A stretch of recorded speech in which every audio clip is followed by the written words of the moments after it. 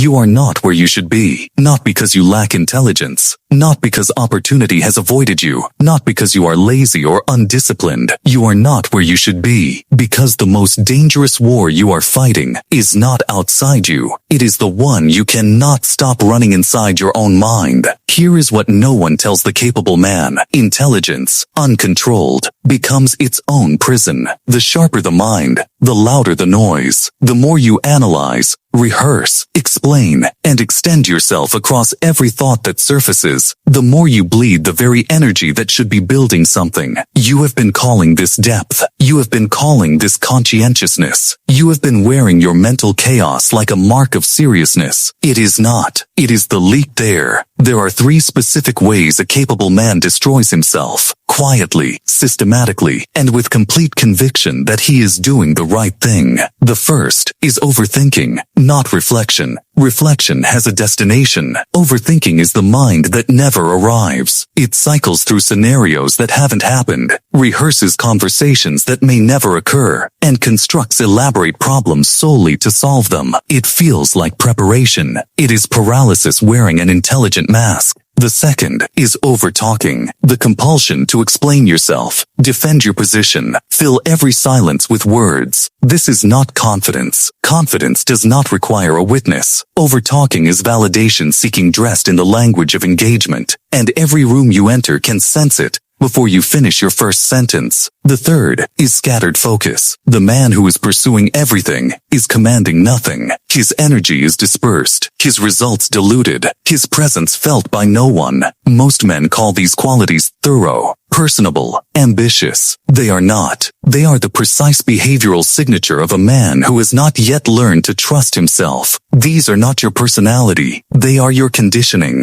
and conditioning can be broken. Machiavelli was not a villain. He was a diagnostician. He studied power not as it was preached from pulpits and political stages, but as it actually operated beneath the surface of polite society, where real outcomes are determined. His core observation was surgical. The man who reveals his full mind surrenders his advantage. Every thought expressed unnecessarily is a position exposed. Every emotion performed publicly is leverage handed to someone else. Schopenhauer understood the same truth through a different lens. He observed that will, concentrated, directed, conserved, becomes an almost incomprehensible force. But will that is scattered, broadcast, and performed for external approval dissipates into nothing. The energy is the same. The direction determines everything. History's most formidable men shared one quality. They were difficult to read. The quiet general, the composed negotiator, the man whose intentions remained unreadable until the moment they became undeniable. This knowledge feels uncomfortable because it demands something the ego resists: subordination to strategy. Thinking less does not mean thinking poorly. It means refusing to think without purpose. Talking less does not mean having nothing to say. It means recognizing that most conversation is performance, and performance is not power. There is a psychological principle operating in every room you enter. Cognitive load reads as social currency. The man who chooses his words with care is perceived as deliberate, composed, in control. The man who fills every silence is perceived, correctly, as anxious. The room does not announce this judgment. It simply reorganizes itself accordingly. Silence, held with confidence, triggers projection. Others fill the void with their own assumptions.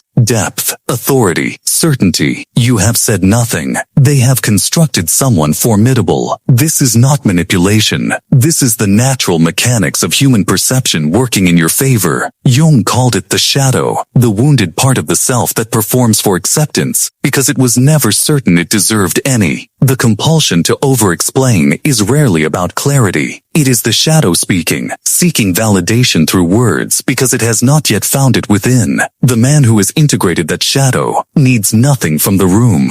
Productive thought builds, compulsive thought loops. One moves you forward, the other simply keeps you company. Focus, in a world engineered for distraction, is a form of quiet violence against mediocrity. The man who can hold singular attention becomes, by default, exceptional. Philosophy without application is entertainment. So here is where this becomes structural. On thinking less, install a decision threshold. Before your mind fully engages with a thought, ask one question. Does this produce a decision, a creation, or a competitive advantage? If the answer is no, it is noise, not depth, not diligence, noise. Disengage from it the way you would dismiss an irrelevant opinion, deliberately, without guilt. On talking less, practice the discipline of the last word held back. In every conversation, identify the final thing you would normally say, and don't say it. Then observe. Watch how silence reorganizes a room. Watch how others lean forward, recalibrate, assign weight to everything you did say. In a high-tension meeting, the man who speaks 3 times with precision commands more authority than the man who fills every pause. People stop hearing the man who never stops talking.